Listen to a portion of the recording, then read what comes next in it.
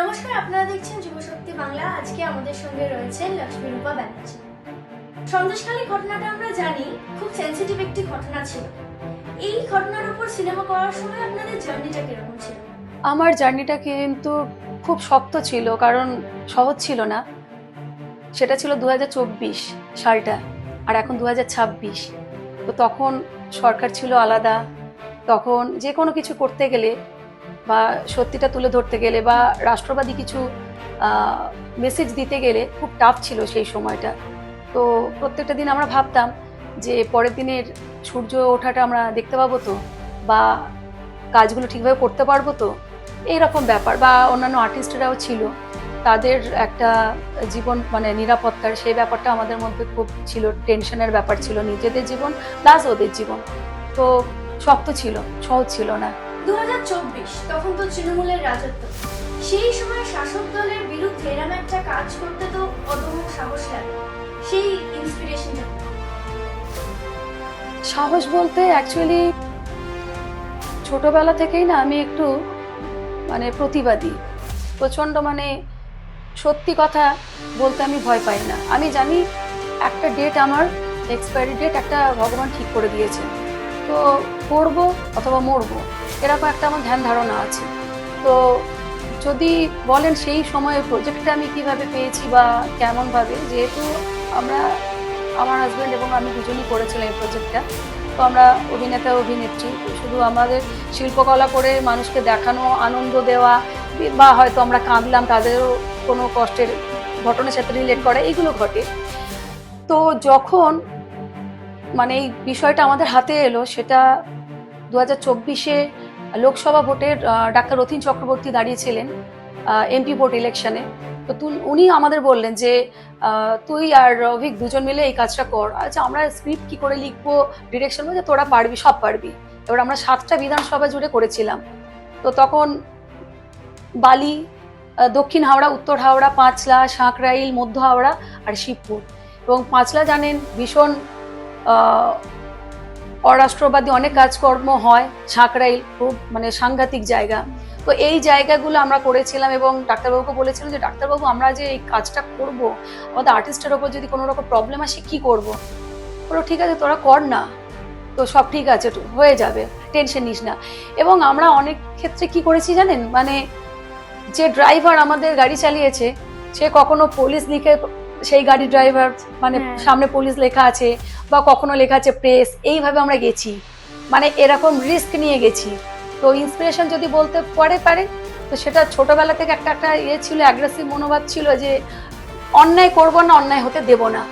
আর তারপরে যদি আর কেউ বলেন, সেটা অবশ্যই ডাক্তার রথীন চক্রবর্তী, উনি এই প্রজেক্টটা না দিলে হয়তো আজকে আমরা এই প্রজেক্টটা করতাম না।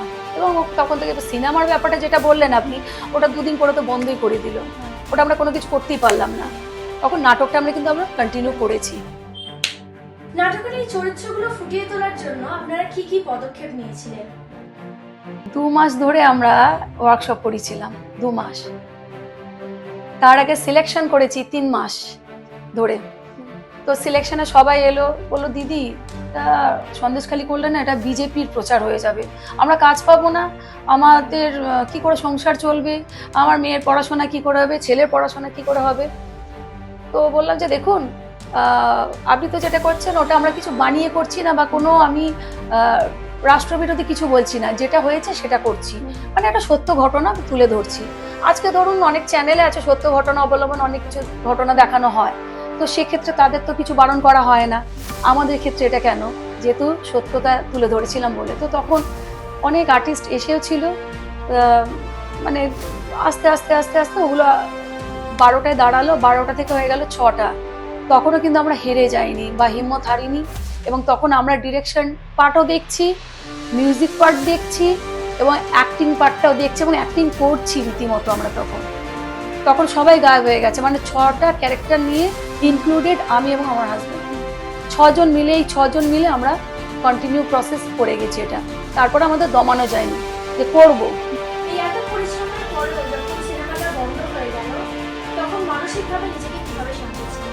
মানসিকভাবে দেখুন, একটা না মানে ঈশ্বরের প্রতি বিশ্বাস ছিল যে তুমি কর্ম করবে, এখন ফল পাচ্ছ না, কিন্তু কদিন বাদে হলে পাবে।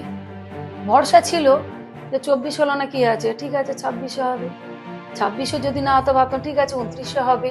কিন্তু এটা ভেবেছিলাম আরে ভগবানের উপর বিশ্বাস, ঈশ্বরের উপর বিশ্বাস, সে কি এ করবে, এই একটা বিশ্বাস ছিল যে জন্মটা যখন সত্য, মিথ্যাটাও সত্য, আর বাকি তো মোহমায়া। আমরা তো মায়ার মধ্যে, মোহর মধ্যে আছি, তার মধ্যে যদি কিছু ভালো কাজ করে যেতে পারি। তো এটা ছিল, ঠাকুরের উপর বিশ্বাস ছিল। এই কাজটি করার পর তো আপনাদের জীবনে অনেকটি সেটব্যাক এসে গেছিল। টলিউড ইন্ডাস্ট্রিতে কাজ পেতে কি কোনো সমস্যা হয়েছিল? নাটকটা করার সুবাদে আমাদের টলিউড ইন্ডাস্ট্রিতে পুরো ছড়িয়ে পড়ে যারা বিজেপি, এদের কাজ দিও না, এরা গেরুয়া পতাকাধারী, এরা জয় শ্রীরাম বলে, এদেরকে দিও না। প্রথমত হচ্ছে জয় শ্রীরাম বলাটা এটা কোনো অপরাধ নয়। জয় শ্রীরাম, আমরা যেই কৃষ্ণ সেই গোপাল, সেই জয় জগন্নাথ, সেই শ্রীরাম। তো শ্রীরাম কথাটা বললে তো ওটা তো যার যার ব্যক্তিগত, বা শ্রীরাম তো কারোর ব্যক্তিগতও নয়, এটাও বলাটা বিষয়টা ভুল। শ্রীরাম, আমাদের রাম নাম উচ্চারণ করতে গেলে দেখবেন অনেকবার উচ্চারণ করতে গেলে মরা মরা মরা আসে, অ্যাকচুয়ালি কিন্তু শুরুটা রাম, শেষটা কিন্তু মরা। মানে ওই শুরু মে রাম, অন্ত মে ভি রাম। তো এইটা জন্য আমাদের কাজের ইন্ডাস্ট্রি থেকে আমাকে এবং আমার হাজব্যান্ডকে পুরো বয়কট করে দেয়, কারণ আমরা বিজেপি সমর্থক বলে। বিষয়টা হচ্ছে দেখুন, যে যে রাজনীতি করতে পারে করতে করুক, তার ইচ্ছা, কিন্তু তাকে কাজের জায়গায়, পেশার জায়গায় পেটে যে বলে লাথি মারা, এটা উচিত নয়। এবং এই কারণে আমরা বিগত 1 বছর আগে বাধ্য হয়ে 2 বছর আমাদের কাজ বন্ধ, তো 24 সালের পর থেকে পুরো কাজ বন্ধ। 26-এর আগে মানে 25 সালের কথা বলছি, আমরা তখন যাত্রায় সাইন করি, কলকাতা যাত্রা সংস্থায় সাইন করি, কলকাতার একটা দল, নাম করা দল, এবং এত চিৎপুরের একটা দল। প্রথমে এত সুন্দর সুন্দর কথা বলে আমাদের নিয়ে গিয়েছিল, আমরা ভাবলাম হয়তো যাত্রা থেকে, যাত্রা শিল্পটাকে নিয়ে কিছু ভাবা যায় বা করা যায়, বা নতুন নতুন কোনো ঘটনা, বা আমরা এই যে রাষ্ট্রবাদী যে কাজ করেছিলেন সেটাও যদি চেতনা জাগ্রত করা যায়। কিন্তু না, সেখানেও দেখলাম ওরা রাষ্ট্রবিরোধী কথাবার্তা বলে। আমরা যদি কিছু ভালো কাজ করে থাকি বা করছি, মানে রাষ্ট্রবাদী যে কাজগুলো, সেগুলো নিয়ে আমাদের অনেক রকম প্রবলেম ফেস করতে হয়েছে। নানান ভাবা মানে অশ্লীল কথাবার্তা, যেগুলো আমি আপনাদের সামনে বলতে পারবো না, আপনাদের বুঝে নিতে হবে। এবং আমাদের যে 1 বছর একটা 9 মাসের একটা সিজন কন্ট্রাক্ট থাকে, সেখানে আমার এবং আমার হাজব্যান্ডের টাকা কেটে নেওয়া হয় ইচ্ছা করে, এবং বলে যে তোদের সরকার এসেছে, কি করবি আমাদের, আমরা আগে ছিলাম, আছি, এখনো থাকবো। মানে কি, সরকার চেঞ্জের আগে আরে পূর্বতন সরকার ছিল, সেই সময় তারা ছিল লাল, তারপর হলো সবুজ, এখন হলো অরেঞ্জ। তো আমার বক্তব্য যে প্রশাসন, এখন তো সহৃদয়পূর্ণ আমাদের প্রশাসন, আমাদের অন্তরের গার্জিয়ানরা এসেছেন, এই বিষয়টা তারা যেন দেখেন যে এই ধরনের লোকজন থাকলে এই যে যাত্রা শিল্প, আদি মাটির শিল্প, মাটির গন্ধ, এরা মাটির গন্ধ রাখতে দেবে না, মাটির মধ্যে এরা রাসায়নিক দ্রব্য সামগ্রী মিশিয়ে দিচ্ছে। তো সেক্ষেত্রে যদি এটা হয়, তাহলে কি বাঁচানো যাবে? আর ইয়াং জেনারেশন থেকে কেউ আসবেই না। তৎকালীন শাসক দল বা শাহজাহান ঘনিষ্ঠ এরকম কারোর থেকে কি আপনাদের হুমকি পেতে হয়েছিল? না, সেটা আমরা পাইনি। শাহজাহান পক্ষ থেকে সে তখন তো যারা যারা হ্যাঁ পেয়েছিলাম কোথা থেকে, সেটা আমাদের, যেহেতু আমরা হাওড়া 2 দিনের কাজটা, সিনেমা যে 2 দিনের কাজটা তো বন্ধ হয়ে গেল, ওটা তো চাপ পেয়েছিলাম বলেই বন্ধ হয়ে গেল। নাটকটা করা চলাকালীন আশেপাশের অনেকজন, মানে যারা তৃণমূল করেন একটু ওপর মহলে বা নিচু লেভেলে, কিংবা হয়তো রিলেটিভের কাছে তারা তৃণমূল ভক্ত, তারা বিভিন্নভাবে আমার বাড়িতে অশ্লীল মন্তব্য রেগুলার শুনতে হয়েছে। বিজেপি যারা করে তারা চোর চরিত্রহীনরা করে, এরকম কথা শুনতে হয়েছে। শ্রীরাম যারা বলে তারা চোর চরিত্রহীন, এই কথাগুলো তো ঠিক নয়, এবং এগুলো ফ্যামিলি থেকে এগুলো শুনতে হয়েছে। এবার কেন আমি এটা বলছি, কারণ আমি আগে জানি আমি হিন্দু, আমি রাষ্ট্রবাদী, তাতে আমার কোনো খারাপ লাগে না। আমাকে যদি কেউ বললো এই কথা, সেটা আমি প্রতিবাদ করতে জানি, আমরা পারি প্রতিবাদ করতে, এবং আমরা প্রতিবাদ করেছি, এবং তার স্বরূপ হচ্ছে 2026 সাল। এমন কোনো হুমকি যেটা আপনাকে একদম ভেতর থেকে নাড়িয়ে দিয়েছিল? হুমকি 2024-এর 20 তারিখে রেজাল্ট বেরিয়েছিল, 20-এ মে সম্ভবত 20 মে যদি খুব ভুল না করে থাকি। তো তখন বলেছিল যে রেজাল্ট বেরোনোর পরে দেখে নেবো, ঠিক এই হুমকিটা। আর ঠিক আছে, কে কাকে দেখবে দেখা যাবে। এবং এটা তারপরে বলেছিল, তখন ওরা বুঝে গিয়েছিল যে আমরা ফাঁকায় গলায় আওয়াজ দিই না। 26-এর রেজাল্টের আগে আমাকে অনেকেই অনেকভাবে হুমকি দিয়েছে যে 4 তারিখে রেজাল্টের পর দেখে নেবো, 12টার পরে ফোন তুলবেন, এক ডাকে ফোন তুলবেন। ও তৃণমূলের খুব কাছের লোক বলেছিল একজন, মানে তৃণমূলদের কাছের লোক। তো আমি বলেছিলাম, আগেই ওপেন চ্যালেঞ্জ দিয়েছিল 4 তারিখে আপনি কি দেখবেন, 4 তারিখে আগে আমার বাড়ির ঠিকানা দিচ্ছে, আপনার দেখা হলো আমার বাড়ি চলে আসুন, কোনো ব্যাপার নয়। যাই হোক, সেই ভদ্রলোক আসেননি, তার ব্যক্তিগত ব্যাপার, হয়তো আসতে পারেননি। তো এরকম হুমকি পেয়েছি, ভয় পাইনি।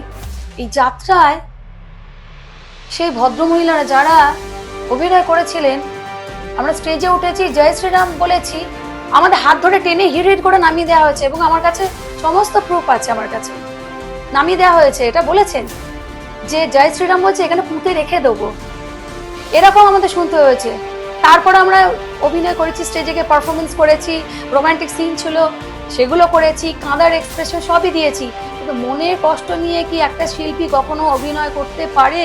শিল্পীর কাজ হচ্ছে লোককে হাসানো, শিল্পীর কাজ হচ্ছে লোককে মানে দুঃখ থেকে ভালো জায়গায় নিয়ে আসা, শিল্পীর কাজ এটা। কিন্তু একটা শিল্পীকে, তারও তো মনে কষ্ট থাকতে পারে। এইভাবে যদি শিল্পী হয়, শিল্পীকে যদি কষ্ট দেয়, তাহলে তারা শিল্পী নয়। এখন তো সরকার বদলেছে, এই সময় দাঁড়িয়ে যদি আপনারা আবার এরকম কোনো সিনেমা করার সুযোগ পান, তাহলে নতুন সরকারের থেকে কি প্রত্যাশা রাখছেন? সরকার চেঞ্জ হয়েছে, এতদিন ধরে এটাই চেয়েছিলাম যে সরকার চেঞ্জ হোক, সরকার আসুক। এবং আমাদের যেটা ইচ্ছাটা ছিল, অসমাপ্ত কাজটা তো যেটা থেকে গেল সন্দেশখালী নিয়ে, সেই কাজটা যদি সমাপ্ত করতে পারি, সরকারি যদি সাহায্যে আমরা যদি কিছু একটা করতে পারি। রাষ্ট্রবাদী অনেক কাজকর্ম আছে, শ্যামাপ্রসাদ মুখার্জিকে নিয়েও অনেক কিছু করা যেতে পারে, কিংবা আমাদের বাংলার বাঘ আশুতোষ মুখোপাধ্যায়কে নিয়ে অনেক কিছু করা যেতে পারে। কারণ আমাদের এই যে পশ্চিমবঙ্গ দিবস, এই যে 23শে জুন হচ্ছে বলিদান দিবস, 6 জুলাই হচ্ছে শ্যামাপ্রসাদ মুখার্জির জন্মদিন। এই যে কেন বলিদান দিবস, এটা কিন্তু আমাদের স্কুলে কিছু পড়ানো হয় না, কোনো পাঠ নেওয়া হয় না। ওই ইয়াং জেনারেশন আমরা যেন বিষয়টা জানতে পারি, সেগুলো নিয়ে আমরা অনেক কিছু করতে পারি। আমরা যদি এইভাবে সাহায্য পাই সরকারের কাছ থেকে। এবার সব থেকে তো হচ্ছে, দেখুন, একটা ফান্ডের ব্যাপার লাগে এবং সরকারের একটা আদেশ ও নির্দেশনামাও নিতে হয়, দুটোই। তো আশা করি এই সরকারের থেকে হেল্প অবশ্যই পাবো। এবং চাইবো যে আমাদের মতো যারা আছে, বা আমরা এতদিন যেভাবে বিতাড়িত হয়েছি, পাইনি, যেগুলো পাওয়া দরকার ছিল, সেটা পেলে খুব ভালো হয়। এটা আশা করি, আশা রাখছি, সরকারের উপর আশা রাখছি। চেয়েছিলাম তো, যে হয়তো অনেকে বলেছিল সরকার আসবে না, এই সরকার আসবে না, তো এসেছে। আশা করি আমাদের কাজও হবে, এটা আশা রাখতে পারি।